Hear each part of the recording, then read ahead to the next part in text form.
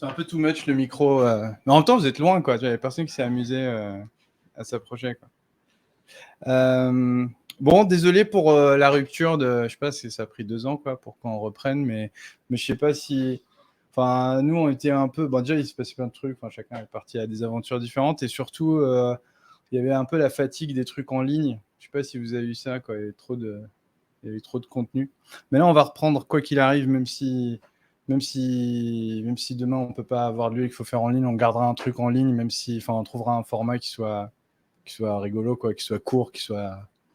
Mais donc voilà, on vous abandonnera plus, parce que sinon après vous allez faire, je sais pas, vous allez faire du jQuery, quoi. Bon, alors là, je démarre avec un petit point. Enfin, j'ai juste essayé de rassembler quelques idées sur Angular 13. Je sais pas qui a migré là sur Angular 13. Ok, j'ai bien fait de préparer ça. Alors, c'est assez. Enfin, il y a plein de trucs là dans Angular 13. Et j'ai essayé juste de faire un point sur les principales nouveautés qui sont impactantes pour la plupart des gens. Donc, il y a des trucs dont je ne vais pas parler là, mais qui vous impactent peut-être. Mais voilà, désolé si je ne parle pas de ça. Mais... alors, est-ce que... ça, c'est important pour tout le monde. Merde. Bon, vous voyez rien là comme slide? Ah voilà, là c'est mieux. Alors, bon, premier truc, c'est bye bye IE 11, bah, il n'y a plus de support. En fait, franchement, ça fait un moment qu'on attend ça, parce que tant que les frameworks, etc., ne forcent pas l'abandon, on continue à avoir à gérer la rétrocompatibilité et tout, plutôt que de secouer certains organismes à dire merde à IE, quoi. Et donc voilà, il n'y a plus de support d'IE 11. Et qu'est-ce que ça veut dire? Ça veut dire déjà que le build est plus rapide, parce qu'on ne fait plus le differential build là avec du ECMAScript 5 pour IE, etc. Donc il n'y aura qu'un seul build pour les browsers modernes. Et puis les autres, tant pis, quoi. Il y a du coup forcément moins de polyfills. Donc on va avoir moins de polyfills pour les animations, etc. Donc ça va être que on va taper dans la plateforme, quoi, dans le browser. Donc ça, c'est cool. Et on pourra enfin utiliser des fonctionnalités modernes, quoi, utiliser des variables CSS alors qu'on ne pouvait pas à cause d'IE, etc., quoi. Et l'autre truc cool, c'est vous allez boire un peu moins de café, parce que je ne sais pas si vous en aviez marre de NGCC. Et je ne sais pas ce que vous faisiez pendant ce temps-là, mais là j'ai vraiment illustré le truc. J'ai pas triché sur la vidéo, mais le mec, il arrive vraiment à faire un cappuccino le temps de faire un NGCC, quoi. J'ai réussi à trouver une vidéo, le cappuccino prend presque. Ah, c'est bon, il a fini le NGCC. Bref, ça se joue à rien, quoi. Donc c'est énorme, vous voyez. Alors pourquoi il y a moins d'NGCC? Alors NGCC, c'est pas fini, mais c'est que Vue Engine, donc l'ancien moteur de rendu, a été complètement abandonné. Alors sachant que Ivy est là depuis Angular 9, je crois. Et donc maintenant, dans Angular 13, il n'y a plus du tout de Vue Engine. C'est fini complètement. Et donc ça veut dire moins de NGCC. Pourquoi? Parce que NGCC, c'était justement la problématique, c'est que pour rester compatible avec tout le monde, tous les gens qui restaient sur Vue Engine, on continue à builder des libs en Vue Engine. Donc on développe en Ivy, etc. Mais quand on distribue une lib, on la distribue en Vue Engine. Et après, chacun qui build son projet va retranspiler le Vue Engine vers du Ivy, etc. Ce qui était vraiment une sacrée usine à gaz, mais bon, il n'y avait pas trop le choix. Donc forcément, ça va builder plus vite, parce que déjà rien que Angular lui-même, quoi, toutes les libs Angular Core, Angular Material, et toutes les grosses libs, les NGRX et compagnie, du coup, elles sont buildées pour Ivy. D'accord. Et donc il n'y aura plus besoin d'NGCC pour ces libs là. Donc vous aurez du NGCC que pour certaines libs, avec un petit warning qui vous dit les gars, ils n'ont pas fait leur boulot, il faudrait vraiment qu'ils build pour Ivy, et ouvrez une issue. Et du coup c'est trop drôle, parce que du coup il y a plein de gens qui ouvrent plein d'issues sur le même repo, et ça commence vraiment à saouler, plein de libs. Mais bon, au moins c'est efficace.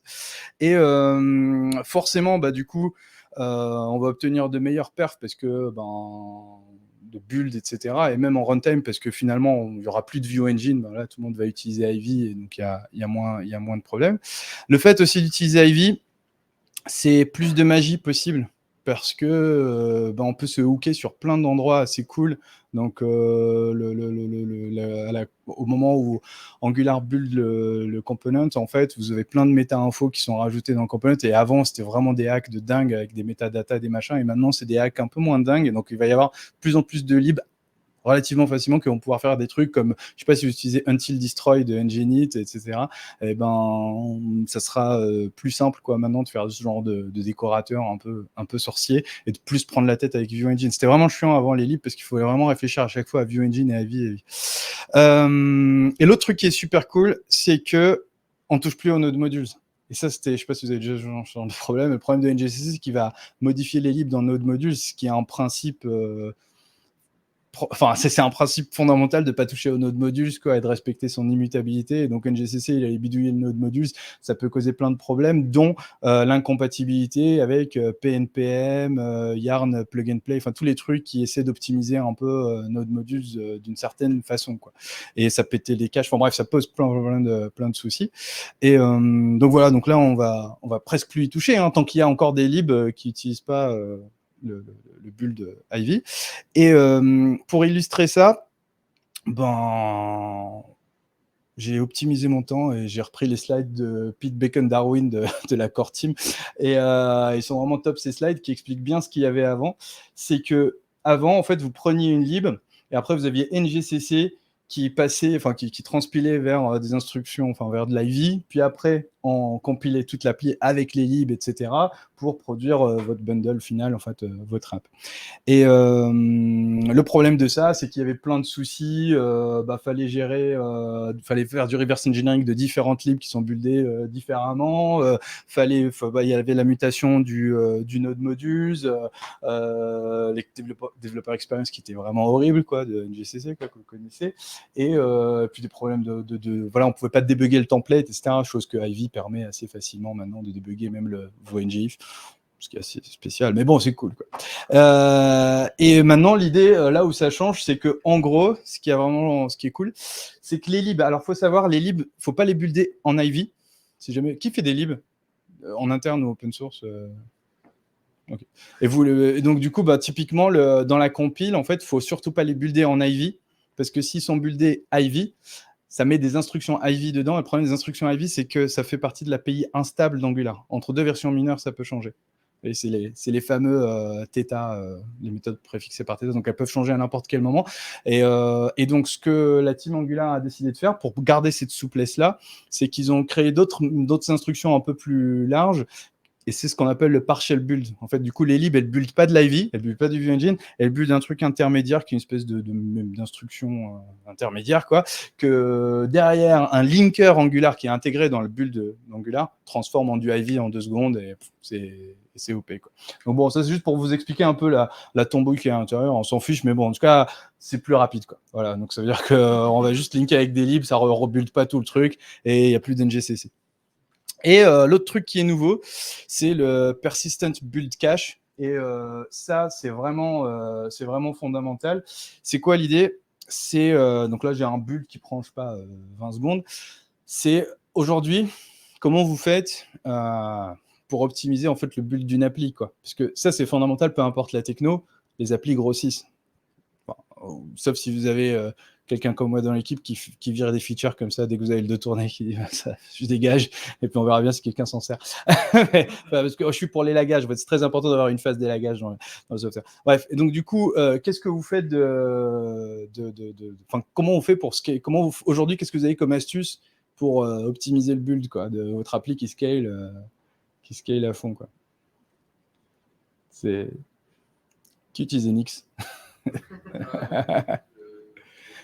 Bah ouais, en fait, avec Enix, aujourd'hui, la principale astuce, c'était de builder des libs, en fait. Et avec Enix, on peut splitter l'app en plusieurs libs, et non seulement pour avoir un truc plus clean, mais aussi, chaque lib peut être buildée que si elle est modifiée. Donc déjà, on cloisonne un peu le build pour pas rebuilder tout, sans avoir à distribuer la lib sur NPM ou sur je ne sais quoi. Enfin, ça reste dans le monorepo, etc. Bref, c'était une des astuces. Et sinon, l'autre truc qui est apparu, c'est que dans Webpack, depuis Webpack 5, il y a du cache intégré de build pour chaque fichier. Et aujourd'hui, avec Ivy, je crois que c'est ça aussi qui a simplifié la possibilité d'utiliser cette fonctionnalité-là que l'on ne pouvait pas utiliser avant, puisque le principe même d'Angular, de Vue Engine, etc., c'est que Angular a besoin de connaître quand même beaucoup de choses sur l'appli pour pouvoir la charger. C'est-à-dire pour pouvoir interpréter votre template, il est obligé d'aller charger des modules, etc., pour compiler le template, etc. Bon. Et donc, l'idée, c'est que grâce au build cache qui était en opt-in avec un flag ng build cache en 12, je crois, maintenant en 13, au premier build, là, je prends la même appli. Au premier build, c'est 20 secondes. Au second build, vous en avez pour 4 secondes, quoi. Enfin, sur une petite appli assez basique. C'est juste pour vous donner une illustration, ça peut faire des réductions de 60%, voire plus, parce que ça ne rebuild pas, l'ensemble. Et ce cache-là, il se met par défaut dans un petit folder .angular/cache. Donc, vous avez dû peut-être voir ça se rajouter dans Gitignore ou être surpris par ce folder qui prend de la place. Bref, en tout cas, votre build est fait là-dedans, ce qui permet du coup de faire du build incrémental. Et si vous voulez, vous pouvez vous amuser à mettre ça dans le cache dans votre CI. Et si vous avez des problèmes, ça m'intéresse. Mais voilà, parce qu'il peut y avoir des problèmes sur ce cache-là, quoi. Mais généralement, ça devrait marcher. Du coup, ça peut vraiment optimiser le build, même dans la CI, etc. Autre nouveauté, j'essaie d'accélérer un peu. Autre nouveauté, c'est le Automatic Test Teardown. Alors ça, c'était un truc assez surprenant, c'est que pendant longtemps, en fait, il y avait pas, le test bed d'Angular ne faisait pas un teardown propre. Il n'y avait pas un nettoyage automatique de tous les providers, de tous les machins qui sont créés par le test bed. Alors c'est vrai qu'avec Jest, c'est un peu moins catastrophique avec Jasmine parce que chaque suite est cloisonnée dans une VM node. Enfin bref. Du coup, depuis Angular 12, il y avait une petite option qui a été rajoutée pour faire le teardown automatique. Et depuis Angular 13, c'est plus nécessaire. Donc, en gros, si vous ne l'avez pas fait, vous n'avez pas besoin de le faire. Donc, ok, c'est grosse coupe. Autre truc, Angular Language Service. Alors, je ne sais pas si ça vous parle, le Language Service, ça n'a rien à voir avec l'internationalisation. C'est ce que VS Code utilise pour faire l'autocomplétion et enfin tout le schmilblick qui vous aide. Et alors, c'est assez marrant parce que le slide suivant, c'est pas un exemple, parce que le truc que je voulais montrer n'a pas marché sur VS Code. Et en plus, bref, sur WebStorm, c'est des choses qui existent depuis un moment. D'ailleurs, j'ai eu des discussions avec les gens du Language Service. Je fais, mais comment ça se fait que les trucs arrivent dans le Language Service alors qu'ils existent bien avant sur WebStorm? Il fait, justement, on se demande. Et en fait, la team WebStorm, IntelliJ, quoi, je sais pas comment ils se débrouillent, mais ils reversent le truc, et ils font leur propre parseur et ils se démerdent et ils arrivent à faire un truc assez cool. Et c'est pour ça qu'ils sont un peu plus avant-gardistes que le Language Service et ça. Bref. L'internationalisation. Bon, bref, l'international, un gros sujet un petit peu abandonné, quoi. Maintenant, le localize, la fonction, le localize est maintenant considéré stable. Ça, c'était un gros problème parce qu'au moment où Angular a fait l'internationalisation native, je ne sais pas si vous l'utilisez, mais on pouvait traduire que ce qu'il y avait dans le template. Donc, ils se sont dit, traduire des strings dans le TypeScript, c'est peut-être pas nécessaire. Donc, c'est assez... Bon, bref, c'est assez discutable. Et du coup, le problème de l'internationalisation d'Angular, c'est que, vous savez, il faut builder l'appli pour chaque langue. Et ça, c'était vraiment un gros problème. Donc, pareil, il y a une grosse optimisation sur le workflow de dev, c'est qu'avant, on rebuildait donc pour chaque langue en filant le fichier de trad. Maintenant, c'est uniquement à la dernière étape que ça se fait. En fait, l'appli est complètement buildée et après, vous avez la traduction qui fait le replace à la toute fin, quoi. C'est vraiment la dernière étape. Donc ça, c'est quand même très intéressant parce que du coup, l'internationalisation Angular devient envisageable. Si vous n'utilisez pas, je ne sais pas ce que vous utilisez, Transloco, Angular Translate, hein, NGX Translate. Et autre nouveauté, ça c'est, je vous parlais des dépendances, quoi. Donc TypeScript, on passe en 4.4, puis avec la Angular 13.1, on passe à 4.5. Qu'est-ce que ça veut dire? Il y a 2-3 trucs assez sympas. Je ne sais pas si vous utilisez les type guards, si vous voyez ce genre de mécanisme où on peut on dire à TypeScript, bon là, if type of machin est string, donc du coup, par inférence, il comprend le truc. Et ben maintenant, on peut faire le calcul avant, le mettre dans une variable et faire des trucs comme ça, donc il arrive à comprendre de plus en plus de choses. Ça, c'est dingue, d'ailleurs, limite, on a tout le runtime pendant la compile, quoi. Et l'autre nouveauté, c'est assez tordu. Je vous recommande vraiment pas d'utiliser ça, mais par contre, c'est super intéressant quand on veut faire du typing sur une lib ou vous voulez typer quelque chose qui est existant, etc. Et là, on peut dire, je sais pas si vous voyez un peu l'idée, donc vous typez vos propriétés et vous pouvez faire des types sur des templates string et dire toutes les clés qui commencent par data-quelque chose, elles sont de type libre. Et donc, du coup, là, j'arrive à setter disabled à je peux pas mettre test dans disable parce que c'est un booléen. Par contre, je peux mettre une chaîne de caractères dans data role et le 32 dans data weight, mais je peux pas rajouter d'autres propriétés. Voilà, faites pas ça. Hein. C'est vraiment pour typer des trucs qui sont déjà dégueulasses, quoi. Autre truc super sympa aussi, parfois quand vous faites je sais pas, il y en a qui s'amusent qui aiment bien les génériques, qui en font un peu du générique. Enfin, vous voyez un peu voilà, c'est un truc un peu galère parfois, mais quand on y arrive dans une lib et tout, c'est trop bien parce que ça aide vraiment les développeurs. Et ça, c'était vraiment un truc galère avant d'aller chercher. Quand vous avez une promesse et vous voulez dire mon truc, il va retourner, je veux le type qui est dans la promesse, ben maintenant ils ont rajouté un awaited qui déduit du coup à partir d'une promesse le type qui est à l'intérieur. Donc bon, bref, c'est un truc parmi d'autres trucs assez tordus dans TypeScript 4.5, mais ça, c'est des trucs, quand j'ai vu ça, je me dis, il y a des moments où voilà, j'ai galéré, si avec ça aurait été mieux, mais voilà. Et RxJS, du coup, RxJS 7, là, il y a 2-3 trucs impactants, parce qu'il y a plein de modifs, mais il y a 2-3 trucs impactants. Premier truc, c'est smaller, faster et tout le tintouin, quoi. Donc, c'est, voilà, heureusement, tu vois, on a fait une nouvelle version, elle est beaucoup plus lourde. Bref, donc c'est un peu mieux, quoi. Et l'autre truc qui est cool, c'est le toPromise.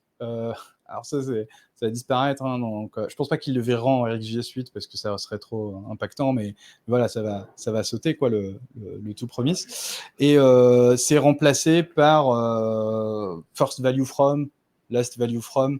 Très intéressant, par exemple, dans le testing, quand vous voulez juste prendre un observable, récupérer juste la première valeur, plutôt que de faire des points take one, point to promise ou des assertions dans les subscribe, enfin bref. Donc ça aide pas mal. Et petit truc assez cool, c'est que on peut aussi, pour éviter la promesse qui attend toute la vie, quoi, on peut dire, tiens, donne-moi enfin, pardon, si c'est complete, etc., on peut définir la valeur par défaut si ça complete et qu'il n'y a pas de valeur. Parce que si vous faites un last value from, un observable qui est empty, c'est l'observable qui émet jamais, qui émet rien et qui complete tout de suite. Du coup, si ça complete, comme il n'y a pas eu de valeur, la promesse, elle sera un truc. Et vous pouvez mettre une valeur par défaut. Petit tricks très pratique pour principalement le testing, parce que généralement, vous ne voulez pas prendre des observables et les transformer en promesses, quoi. Autre truc très attendu, tout le monde s'était fait des petits wrappers de ça, des petites libs de ça, et maintenant c'est natif. C'est d'utiliser peut-être Combine Latest. Ouais. Et le Combine Latest, ce qui est super galère, c'est qu'à chaque fois, il faut passer à un tableau et donc récupérer et faire du destructuring d'arrêt. Là, l'ordre, il faut que je change l'ordre, machin, c'est dégueulasse. Maintenant, on peut passer à un objet, quoi. Et d'ailleurs, le mieux, c'est de déstructurer directement dans l'étape d'après. Donc, c'est pratique, quoi, pour manipuler ça. Autre truc, comme maintenant, il n'y a plus de collision entre les fonctions RxJS qui build des observables et les opérateurs. Avant, il y avait des collisions, parce qu'il y avait Combine Latest, l'opérateur, et Combine Latest, la fonction, des trucs comme ça, quoi. Et du coup, on ne pouvait pas mettre tout ensemble. Et maintenant, à partir d'RxJS 7, on peut tout importer depuis RxJS directement. Donc, vous n'avez plus besoin du /operators, qui va devenir deprecated, je pense, à un moment, s'il ne l'est pas déjà. Enfin, bref. Autre truc super sympa qui était un peu galère à faire, enfin, il fallait faire 2-3 acrobaties avant, c'est une petite fonction animation frame qui vous génère un observable qui émite une valeur à chaque request animation frame. Très sympa si vous voulez faire de l'animation, enfin, des trucs rigolos en JS. Il y a une nouvelle fonction share une nouvelle fonction share. Enfin, la fonction share a été améliorée avec plein d'options qui vous permettent de vraiment customiser le comportement de share, quoi, de multicasting, etc. Avec plein de flags. Le retry aussi a été amélioré, pareil, avec un peu plus de customisation, etc. Et là, nouveauté Angular, on oublie les libs. Nouveauté Angular, c'est faciliter la création de composants dynamiques. Avant, c'était toujours un petit peu galère. Et là, l'idée, c'est juste d'avoir une petite méthode. Vous lui passez la classe et vous pouvez faire create component. Il n'y a pas besoin d'aller chercher le module factory, je sais pas quoi, etc. Donc, c'est un peu plus simple. C'est aussi grâce à Ivy. Hein. Juste pour mettre un exemple plus complet, ben, ça ressemblerait à ça, quoi. Si vous voulez voilà, aller charger un composant et le mettre dynamiquement dans votre truc. L'autre truc qui peut être vraiment cool, c'est que vous pouvez même aller importer le composant dynamiquement avec un import TypeScript inliné et mettre ça dans un observable qui retry et après qui vous retourne un observable qui contient la classe que vous injectez. Et s'il ne la trouve pas, vous avez un composant de fallback, etc. Si vous avez envie de galérer un peu. Bref. Et maintenant, le futur. Alors, le futur, c'est donc à partir de Angular 14 ou 15 ou 16 ou jamais. Le premier truc, c'est Alors, petit rappel du scam dont Mustapha va parler plus en détail tout à l'heure. On a déjà parlé ici, je pense, Meetup, etc. Donc, le scam, c'est une idée de Lars qui est très actif dans la communauté, etc. Et on a eu pas mal d'appui aussi dans l'équipe Angular aussi, d'éviter d'avoir des gros modules voilà, avec tout le bordel dedans, vous avez un gros module, puis vous dites, ah tiens, je vais sortir ça dans un autre module, ah mince, je peux pas le sortir parce qu'il dépend de ça, bah je vais le sortir aussi, ah mince, il dépend de l'autre, et puis le module spaghetti, quoi, classique d'Angular. Et donc l'idée, c'est de dire, non, j'ai un module par composant, par pipe, etc. Ça amène plein d'avantages, Mustapha pourra parler. Et le problème, c'est que c'est un peu lourd, parce que voilà, il y a le composant, le module dans le fichier de ça. Mais l'autre truc cool, c'est que du coup, il y a une RFC d'Angular qui a fait un peu de bruit, qui a eu pas mal de discussions. Et l'idée, c'est que alors la syntaxe n'est pas encore figée, mais je pense que ça va ressembler à ça, parce qu'il y a eu des gros débats sur imports, ou plutôt use, ou plutôt depth. Ah, mais si, il y a les deux. Alors, ouais. Et donc, du coup, l'idée, c'est de dire, voilà, j'ai un composant, il est standalone, true, et donc, du coup, il embarque toutes les méta-infos du module, etc. Donc, vous n'avez pas besoin d'avoir un module à côté. Donc, vous pouvez l'importer comme un module. C'est pour ça que lui, il peut importer un autre composant, mais il peut aussi importer un module. Donc, vous pouvez l'utiliser, donc c'est un peu plus light. Et là, il n'y a rien de statué, mais l'idée du standalone true plutôt qu'un décorateur à part, etc., c'est pourquoi pas, si jamais ça marche et que ça plaît vraiment aux gens et que tout le monde est content, ça devient le comportement par défaut et hop, on dégage le standalone true et du coup, on a un truc très efficace, quoi. Autre RFC qui va apparaître bientôt, c'est des formulaires typés, des reactive forms typés, quoi, parce que c'est un vrai oubli, hein, un petit raté dans Angular. Je ne sais pas si vous utilisez les reactive forms, c'est le problème du form control qui n'est pas typé, vous mettez n'importe quoi comme value, donc du coup on wrap ça comme on veut, puis il y a 2-3 libs qui permettent de contourner ça, enfin bref. Donc là, l'idée c'est que ce soit natif, donc il va y avoir une RFC, donc n'hésitez pas à participer, à voter, titiller et tout. Donc voilà. Et donc pour l'update, comment updater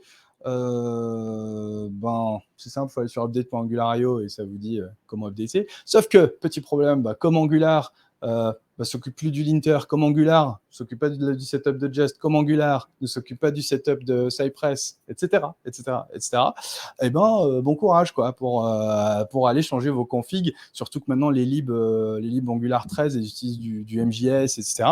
Et c'est un peu... ça impacte pas mal les configs. Donc, soit vous galérez avec ça, soit, encore une fois, c'est l'opportunité de passer sur Enix. J'aime bien d'être l'ambassadeur d'Enix sans être payé, mais il faudrait que je te demande un truc. Mais Enix, ça change vraiment la vie parce que Enix, du coup, vous migrez de la même façon qu'avec Angular, il y a des schématiques et tout. Sauf que Enix ne va pas juste migrer votre projet Angular avec les schématiques Angular, mais il y a plein d'autres schématiques qu'on appelle générateurs en Enix, qui vont s'occuper de la config Jest, Cypress, etc. Et je peux vous dire, quand vous voyez ce que la schématique vous permet d'éviter comme perte de temps, là, du setup de Jest et machin, je peux vous dire que ça rentabilise très très vite une journée par mois. Hein. Facile. Donc bref, je ne vais pas militer pour ça encore une fois. Et juste un truc, c'est le... c'est le lien Slack. Alors les slides, vous pouvez les retrouver sur slides.com avec mon truc. Et le lien Slack, si vous n'êtes pas encore sur le Slack d'Angular Lyon, alors il est un peu long, donc c'est pour ça que je vais laisser cet écran quelques heures, quoi. Non, juste le temps que Mustapha s'installe. Et donc ouais, n'hésitez pas à aller dessus. C'est vrai qu'on n'était pas très actifs ces derniers temps, machin. Mais si on arrive à trouver un format, un truc qui soit intéressant, partager un peu de veille entre tout le monde, partager vos galères et tout, ça peut être cool. Ou même préparer un peu des choses, préparer des discussions qui peuvent aboutir à un workshop ici. J'en sais rien, enfin bref. Donc essayer de faire un truc ensemble là-dessus. Voilà tout, j'ai pris beaucoup plus de temps que je ne voulais. Et c'est tout, maintenant je passe la main à Mustapha qui va nous parler de best practice Angular, etc. Et je pense que ce sera un épisode récurrent avec des sujets différents. Donc ça va être vraiment cool, ça, cette partie-là, chaque fois des best practices sur différents aspects. Et si on a le temps à la fin, j'ai un autre talk sur le testing, sur l'abstraction du testing, etc. Alors à la base, c'était Edouard qui devait faire un talk sur Eric State, mais ça sera en janvier. Et du coup, on a swappé un peu. Ok. Edouard qui n'est pas là, qui a pu être là. Voilà tout. Je passe la main à Mustapha. Je ne sais pas si vous avez des questions, mais on pourra en discuter peut-être plus tard. Mais je ne sais pas si vous avez des questions rapides. Ok, cool. Des questions rapides, c'est le mec relou, quoi. Genre, il met la pression, il faut que ça soit vraiment rapide. Mais voilà tout, à toi. Merci à vous, merci, c'est cool. Hop.